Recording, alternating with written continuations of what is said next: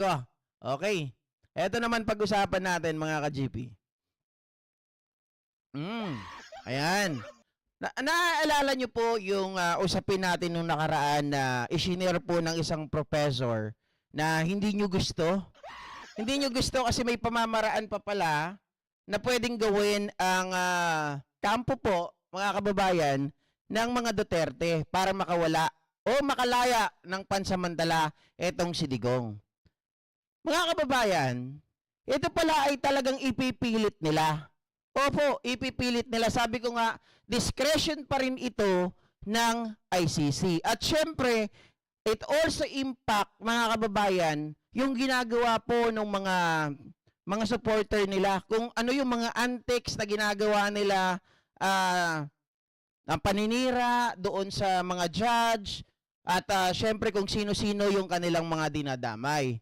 Ngayon, dahil nga, mga kababayan, nagsalita po itong si Attorney Claire Castro na kung saan po sinasabi niya, di ba, binanggit din na ang interim release ay mayroong kasunduan.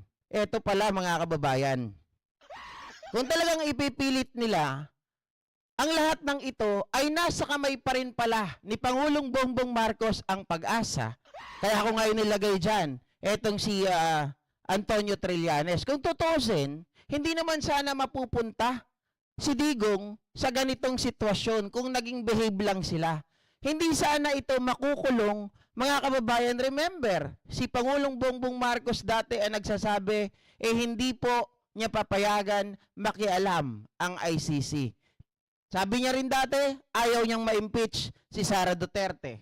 'Di ba? May mga statement na inilabas dati. Kasi nga, mga kababayan, tingin ko doon, si Pangulong Bongbong Marcos ay pinoprotektahan niya pa yung mga Duterte that time. Pero ibang-iba na yung sitwasyon dahil nga po sa pinaggagawa ng mga Duterte kay Pangulong Bongbong Marcos na puro paninira, puro na lang galit ang itinatanim sa taong bayan, puro fake news ang kanilang ipinapakalat. So ngayon, kung gusto pala nitong si Digong Duterte na makalaya, mga kababayan, syempre, meron pa rin pong masasabi o meron pa rin magagawa ang presidente. 'Di ba? Pero, hihimod daw po ito ng puwet. May kapalit, may kasunduan. Kapag nagkaroon ng kasunduan, mga kababayan, tingin ko, hindi rin papabor sa mga Duterte. Kasi syempre, unang-una, pwede pong hilingin daw ng administrasyon, mga ka-GPnatics, na makita lahat ng mga itinatagong yaman, itinatagong kapangyarihan, or sabihin natin, itinatagong pera, whatsoever. Kahit ano pong tawag nyo dyan, ay mahahalungkat kapag ito ang naging kasunduan at ito ang hiniling ng ating administrasyon laban sa mga Duterte. Halimbawa, pinagbigyan itong si Digong. Sige, pansamantala, pagbigyan ka namin interim release. Pero ganito ang kasunduan natin, ha?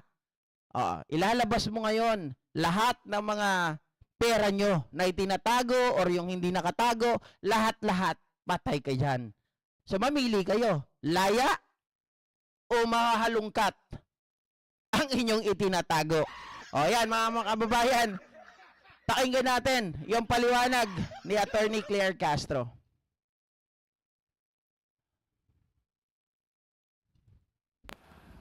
Yusek, this question is on the subject of interim release for former President Duterte. Isa raw po sa mga kondisyon for granting such a motion, according to the ICC spokesperson, is that for the country, in this case the Philippines, will accept this release and agree to certain guidelines and conditions to be set by the court. Is the Philippines going to accept the former president's interim release and commit to comply with the guidelines to be set by the ICC? With that, does it mean that we have to recognize that ICC has jurisdiction over the Philippines? I believe the family of the former President Duterte is asking and praying from the Supreme Court that the government should not cooperate with the ICC. So it means that if we will not cooperate with the ICC, even that prayer or even that manifestation of the ICC, we will not take cognizance of that. Mahirap po kasi na sasabihin natin, Granting na nga lang mga kababayan na kunwari dahil nga frustrated na ang kampo ng mga Duterte kasi 'di ba lagi nilang sinasabi na walang jurisdiction ang ICC over the Philippines. So granting sabihin natin for the sake of the argument, papayag na ang mga Duterte na kasi para matuloy ito, kailangan ma-establish at kailangan mapatunayan nila na mayroong jurisdiction ang kumbaga mga kababayan, tatanggapin nila na may jurisdiction ang ICC sa Pilipinas. So para mangyari yan, ang gagawin naman, itong state, tayo, Pilipinas, kailangan makipagkasundo. Papayag ba kayo na bigyan natin ng pansamantalang laya itong si Digong? Siyempre, yung Pilipinas naman ay hahanap sila ng mga bagay, mga kababayan, na talagang magbe-benefit ang ating o yung mapapakinabangan natin at talagang kumbaga magpapalaglag pa ng husto kila Digong. Kasi kung ako, yun din ang iisipin ko eh. Para kung gagamitin mo yung interim release na yan, of course, gamitin din namin kayo. 'Di ba? Papayag kami, pero sigurado may mahalungkat. Papayag kami, pero sigurado meron dito na lalabas na katotohanan na itinatago ninyo. Yun ang parang gustong sabihin ni Attorney Claire Castro. that's hypothetical. Sasabihin natin na makikipag-cooperate tayo sa ICC pagdating po sa interim release. Dahil lahat po ng issue dyan mabubuksan. Yep. Mabubuksan din po kung magkakaroon ng freeze order Aha. sa kanyang mga assets. Gugustuhin po ba din ng pamilya Duterte Aha. na makipag-cooperate tayo sa ICC para lahat ng kanilang assets, nakatago man o hindi nakatago, ay makikipagtulungan tayo sa ICC para mahagilap lahat ng kanilang assets. Which means it's a sword that cuts both ways, if I understand what you're saying. So, it's a no-go. Ibig sabihin po, ang interim release as far as the Philippine government is concerned. Though it's hypothetical, but as we speak now, we do not recognize the jurisdiction of the ICC over the Philippines. So, that's it. Ayun, mga kababayan. Again, ulitin ko lang, just to make a recap pa. Kasi, di ba, ang kampo ng mga Duterte, ngayon ay pinaglalaban nila. At this moment, di ba, hanggang ngayon sinasabi nila walang jurisdiction ang ICC over the Philippines. Di ba? Pero ang sabi naman ng ICC, kahit kayo ay kumalas na, dahil hindi naman pinag-uusapan dito yung future ng from the event na kayo ay kumalas. Ang pinag-uusapan dito is from the moment that you're still a member of the Rome Statute. Pero ang sinasabi ng mga Duterte, hindi na talaga kami kahit pilit, kahit anong paliwanag mo, ang talagang nilang pinipilit, isinisiksik sa utak ng mga tao, wala nang jurisdiction ang ICC sa atin. Ang problema ganito, nagre-request sila ng interim release. But the requirements of the interim release, mga kababayan, you should have to accept that kailangan magkakaroon ngayon ng tawag dito, magkakaroon ng communication, tayo ay makikipagtulungan, makikipag-usap sa ICC. Hindi na pinag-uusapan dito ang Interpol ha, kasi kailangan mga kababayan, yung Pilipinas, yung state na nagmamay-ari o sabihin natin nagmamay-ari, no? Magmamay-ari pala si Digong. Hindi, mali yung term. Kumbaga, yung nationality nung kanilang hinohold, yung subject, si Digong, ay which is the Philippines, makikipag-usap ngayon doon sa ICC para sa mga kondisyones. Diba? O sige, kayo ba papayag na itong taong ito pakakawalan? Mga kababayan, ganon. Pero, syempre, ang ICC, magbibigay na sila ng mga certain standards. Ano ba yung pwede natin makuha dito? Baka kasi, pag ito pinayagan lang natin na interim release, hindi na yan bumalik. Baka mamaya, pag itong interim release, binigyan natin ng pagkakataon na ano yan, makalaya, pansamantala. Baka ito, gawin na naman niya yung pananakot dun sa mga biktima, yun sa mga tawag dito, yung mga naghabla laban sa kanya or sa kanilang mga pamilya.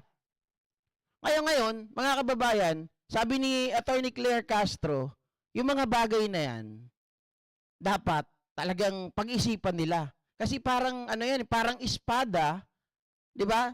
Two blades, mga kababayan. Sila talaga ang malalagot diyan.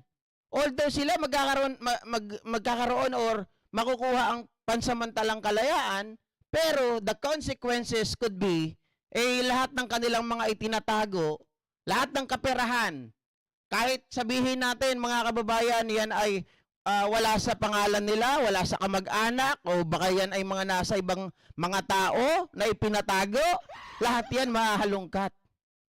'Di ba? Pati yung asset nila, pwedeng pwedeng ma-freeze, pwedeng magkaroon ng freeze order. Syempre nga naman, alangan naman, mga kababayan, pakakawalan mo to na wala kang maihita.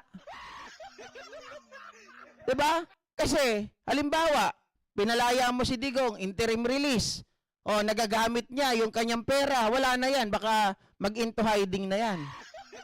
'Di ba? Baka hindi na natin makita yan, kagaya ni Bantag.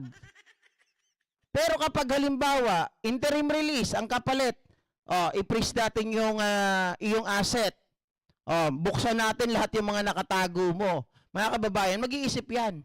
Nako, wag na, dito na lang ako sa bilangguan. 'Di ba?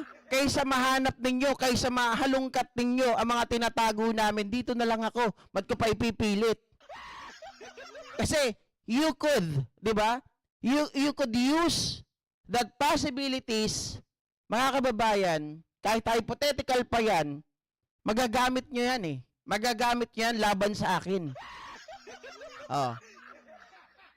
Yun ang sinasabi rito. Kaya nga sabi ko kanina, wala na silang ibang paraan eh. Ang naiisip na lang nitong mga to, yung mga tipong last resort, mamatay na lang si Diggs. 'Di ba? Ang saklap, mga kababayan, na yung mga kaalyado mo, ganun na lang ang gusto mangyari para makalusot. Wala eh. Wala silang aasahan na matino dito sa interim release kasi pwede silang masugatan. Kahit anong blade pa yung gamitin nila, sila talaga yung masasapol sa dibdib. Kaya kawawa yung mga nag-iisip, yung mga umaasa ng interim release, mga kababayan, yan pa ang magpapadurog sa inyo. Yan pa ang magpapalaglag sa inyo. Kaya wag nyo nang subukan, masisira ang buhay nyo. Kasi hindi, bakit ko sinabi na baka masira ang buhay ninyo lalo? Mga kababayan, kapag bank account na ang pinag-uusapan, na freeze order, tapos bank accounts, yung mga itinatago na halungkat, mga kababayan, mag-aano na yan, magdudugtong-dugtong na yan. 'Di ba? Kung sa ugat, mapupunta doon sa mga sanga, malalaman na nila ngayon kung sino yung mga nakakatanggap dyan. If ever, halimbawa, talagang sabihin natin, for the sake of the argument, nalaman na itong mga taong to, mga Duterte, nakakatanggap ng pera galing sa Pogo, galing sa mga droga, 'di ba? Allegedly, kila Michael Yang, kila Sammy Uy, yung mga bagay na yan, mga kababayan, magdudugtong-dugtong po yan. Pati yung mga yon na nagtatago, kagaya ni Harry Roque, na ayaw ipakita kung bakit siya biglang yumaman from 128,000 in just a span of 2 years, ay naging 128 million ang kayamanan.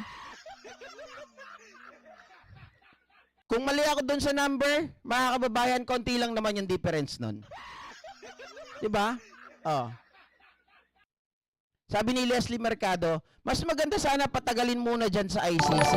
Pagsisihan niya yung mga nagawa nung panahon niya. Actually, mga kababayan, sabi ko nga, yung natitira nilang pag-asa na interim release, hindi po yan maigagrant sa kanila.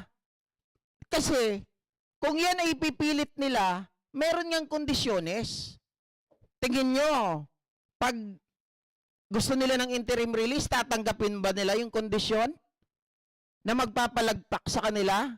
Na magbubukas ng daan or bintana or pintuan para, mga kababayan, sumambulat sa buong mundo ang kanilang mga itinatago? Baka yung magulat tayo, yung binabanggit ng 5 bilyon ni Digong, baka hindi lang 5 bilyon ang meron niyang mga yan. 'Di ba? Hindi ko sinasabing totoo, pero may possibility, kasi ganito lang yan eh. Halimbawa, pinilit nila yung interim release. 'Di ba? Pinilit nila. Tapos nagkaroon ngayon ng kondisyon ang ICC tapos Pilipinas. Meron silang kasunduan. Pag itong kampo ng mga Duterte pumayag, ibig sabihin wala silang tinatago. 'Di ba? Ganun lang 'yun eh, malalaman mo kaagad eh. Pero kapag halimbawa nanghingi sila ng interim release tapos nagbigay ng kondisyon ng Pilipinas at ICC, hindi sila pumayag, doon pa lang maghihinala ka na. 'Di ba? Kasi kung walang tinatago, mga kababayan, papayag sila. For the sake na itong si Digong ay magkaroon ng pansamantalang paglaya. 'Di ba? Ano bang gugustuhin ninyo? Kung kayo ang pamilya ni Digong Duterte, kung wala talaga kayong kasalanan, mga kababayan, na wala kayong itinatago, syempre bilang isang pamilya, tatay mo yan, gusto mo, siya ay makalaya, makasama nyo man lang habang nabubuhay pa. Kaya, papayag kayo na mabuksan yung mga itinatago. Diba? Pero pag hindi kayo pumayag, mga ka-GP Natics, questionable na yon. Alam nyo na itong mga to ay merong inililihim. Alam nyo na itong mga to, merong ayaw na malantad. Sabi ni Wilson Batong, Sir GP, hindi lang bilyon, trilyon pa. Nako, posible po yan. 'Di ba? Sabi ni Sir Leo, hindi pwedeng matigok muna si Digonyo. Dapat pagdusahan niya ang mga inosenteng buhay na inutang nila Digong. Tama po. Ako, gusto ko yon. 'Di ba? Humaba pa yung buhay niya. 'Di ba? Kasi habang siya ay buhay pa, mga kababayan, ano pa lang, parang 2 birds in 1 stone. Hitting 2 birds in 1 stone. Ang mangyayari kasi dyan, si Digong nakakulong. 'Di ba? So ngayon, magkakaroon ng hustisya yung mga kaluluwa. 'Di ba na naghahanap ng hustisya. Ngayon, itong si Sara Duterte, mga kababayan, hindi siya magkanda-ugagayan eh. Siyempre, lagi sila nakabantay kay Tatay Diggs nila. Yung utak nila, nandun din. Hindi na yan makakapag-isip ng tama. Etong mga to, wala nang gagawin kung hindi magbantay na lang magbantay doon. Di ba sinong kawawa? I mean, sino po yung nagsasuffer? Di ba sila? Habang buhay si Digong, nagsasuffer sila. Kaya nga gusto nila, etong si Diggs, mategi, magwala ka agad sa mundo, para daw magkaroon ng parang yung mga tao manaig or sumabog yung kanilang mga damdamin at huwag daw iboto ang mga Marcos at puro Duterte lang. Para daw yung nangyari sa mga Aquino nung namatay si Ninoy, namatay si Cory, ay talagang merong mga tao na parang bigla na lang sumusulpot na kabuti na bigla na lang naging presidente. Rowena Zalmasan na imbag nga rabi ka-JP, nakahabol sa live. Maraming salamat po. Ma'am Brenda Barton Leticia, it's your turn to Moods Cooking Breakfast. Yung ano. Okay. Sabi ni Sir Leo, may posibilidad na may trilyones ang pamilya Duterte. Meron talaga. Ako naniniwala may possibility talaga yan. Kaya nga, inaantay natin, if ever na ipilit nila yung interim release, mga kababayan, sila ba ay willing, di ba? Sila ba ay willing to waive yung kanilang mga bangko dyan para makita, di ba? Yung mga nakatago or yung hindi nakatago, lahat yan mahalungkat. Sabi ni Aki Becky, sabi pala ni Bridget Senda, black and white negotiation, the ace lay on the table para makauwi, pero wag na, dangerous. Exactly.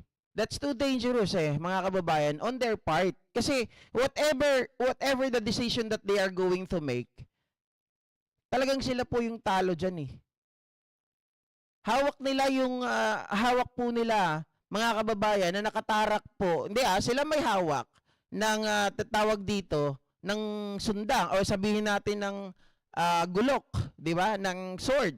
hawak nila, nakatutok sa kanilang mga puso o nakatutok sa kanilang mga katawan, kahit ano yan, baliktarin mo man yan, mga kababayan, ganun pa rin, two blades nakaano sa kanila, sila ang masasaktan.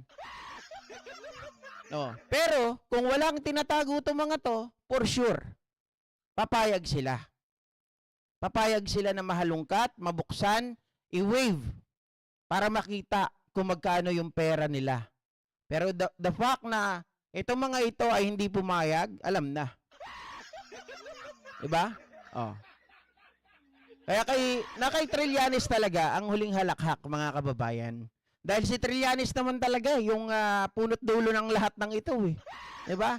Pero sila, yung mga Duterte, hindi nila mabanatan si Trillanes, tinatawanan lang sila eh. Ang lagi nilang binabanatan si Pangulo. Oh. Yung Pangulo na napakatahimik, akala nila weak. Yun pala, mga kababayan, simple kumilos. Oh. Marilyn Ragusante, thank you so much po Okay.